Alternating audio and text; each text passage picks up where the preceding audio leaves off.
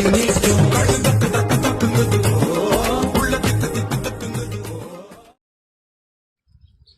Friends, இந்த வீடியோவில் வந்து பார்த்தீங்க அப்படின்னாக்க நீங்கள் இப்போ ப்ரிவியூவில் பார்க்குற மாதிரி ஒரு சூப்பரான லவ் வாட்ஸ்அப் ஸ்டேட்டஸ் எப்படி கிரியேட் பண்ணுறது அப்படின்னு தான் தெளிவாக அந்த வீடியோவில் பார்க்க போகிறோம். ஸோ வீடியோ ஃபுல்லாக ஸ்கிப் பண்ணாமல் பாருங்கள்.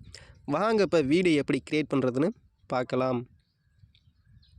ஓகே, இப்போ வந்து உங்களோட அலைட் மோஷன் ஆப் வந்து ஓப்பன் பண்ணிக்கோங்க. இதில் நான் கீழே டிஸ்கிரிப்ஷனில் கொடுத்துருக்கேன் இந்த எக்ஸ்எம்எல் ஃபைலை அலைட் மோஷனில் வந்து இம்போர்ட் பண்ணிக்கோங்க. இம்போர்ட் பண்ணிட்டு இங்கே ப்ராஜெக்டை கிளிக் பண்ணிட்டு இங்கே சைடில் வந்து பார்த்தீங்க அப்படின்னாக்க ஃபஸ்ட்டாக இப்போ இம்போர்ட் பண்ண அந்த ப்ராஜெக்ட் இருக்கும்.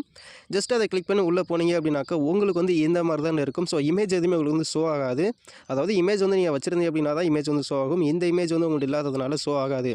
ஸோ இப்போ வந்து இதில் என்னென்ன பண்ண போகிறோம் அப்படின்னு பார்த்தீங்கன்னாக்க கீழே இருக்க இமேஜ் எல்லாத்துலேயும் நீங்கள் ஜஸ்ட் அப்படியே அந்த இமேஜை கிளிக் பண்ணி கலர் அண்ட் ஃபில்லில் போய்ட்டு ரீப்ளேஸ் மட்டும் பண்ணிக்கோங்க.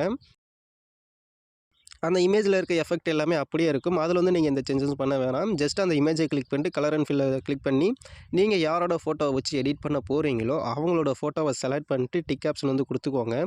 வேறு எதுவும் பண்ண வேணாம், அவ்வளோதான். இதே மாதிரியே வரிசையாக இருக்க எல்லா இமேஜுக்கும் கலர் அண்ட் ஃபில்லையே செலக்ட் பண்ணிட்டு எல்லா இமேஜையும் ரீப்ளேஸ் மட்டும் பண்ணிக்கோங்க.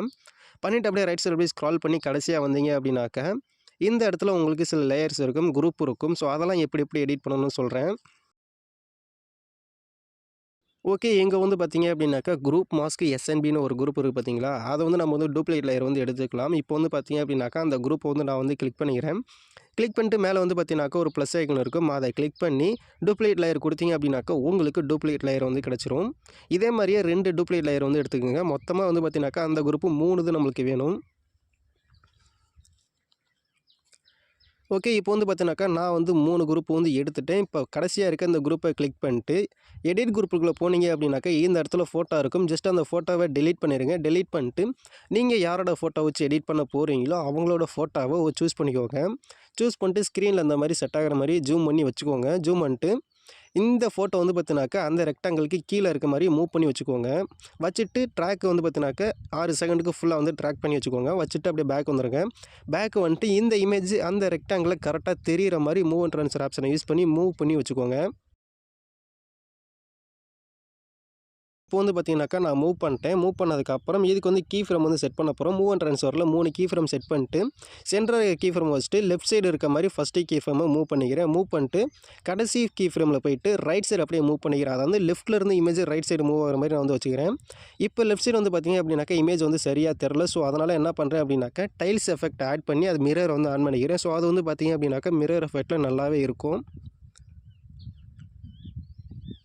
ஓகே, இப்போ வந்து பார்த்தீங்கன்னாக்கா ஃபஸ்ட்டு குரூப் வந்து நம்ம வந்து மூவ் பண்ணி முடிச்சாச்சு. இப்போ 2வது குரூப் வந்து கிளிக் பண்ணிக்கோங்க. கிளிக் பண்ணிட்டு அதுலேயும் சேம் இதே மாதிரியே இமேஜை ரீப்ளேஸ் பண்ணிக்கோங்க.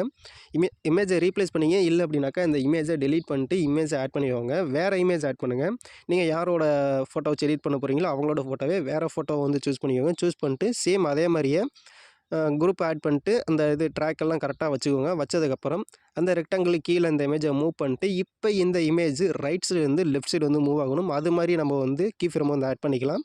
மூவ் ட்ரான்ஸ்ஃபரில் 3 கீ ஃப்ரேம் வந்து ஆட் பண்ணிக்கோங்க. ஸ்டார்டிங்கில் ஒன்று ஒரு 6 செகண்டு கிட்ட போயிட்டு இன்னொரு கீ ஃப்ரேம், கடைசியில் ஒரு கீ ஃப்ரேம் வந்து ஆட் பண்ணிட்டு ஃபஸ்ட்டு கீ ஃப்ரேம் வந்து என்ன பண்ணுறீங்க அப்படின்னாக்கா ரைட் சைடு வந்து வச்சுக்கோங்க. ரைட் சைடு வச்சுட்டு கடைசி கீ ஃப்ரேம் வந்து பார்த்தீங்கன்னாக்கா லெஃப்ட் சைடு வந்து வர மாதிரி நகர்த்தி வச்சுக்கோங்க. அதாவது ரைட் சைடு இருந்து ஃபோட்டோ லெஃப்ட் சைடு மூவ் ஆகணும். அது மாதிரி வந்து கீ ஃப்ரேம் வந்து நம்ம வந்து செட் பண்ணிக்கலாம். ஓகே, இதில் வந்து பார்த்தீங்க அப்படின்னாக்கா ஃபோட்டோ உங்களுக்கு சைடில் கட் ஆகுது அப்படின்னாக்கா டைல்ஸ் எஃபெக்ட் வந்து ஆட் பண்ணிவாங்க. ஆட் பண்ணிட்டு மிரர் ஆப்ஷனை யூஸ் பண்ணிவாங்க.